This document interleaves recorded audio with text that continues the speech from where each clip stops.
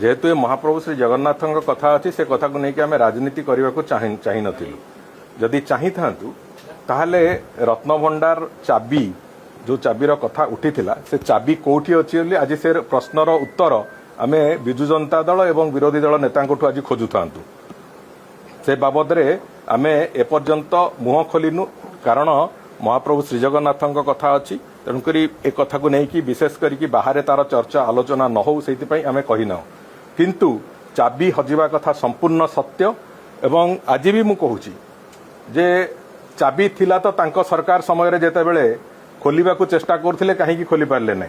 द्वितीय कथा जो डुप्लिकेट चाबी नारे जो चाबी आनी कि से माने सेठी प्रदर्शन कले सी चाबी संपूर्ण रूपे एक मिछ चाबी से चाबीर कौनसी से ताला संगे सामंजस्यता नथिला।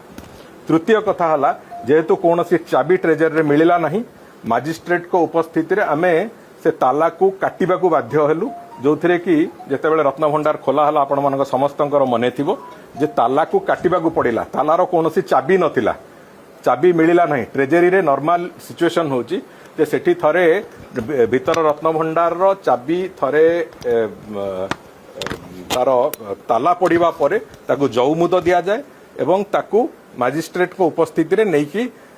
जिला ट्रेजरी रे ताकू दाखिल करा जाए से चाबी नथिला से चाबी किए नहीं थिला ताले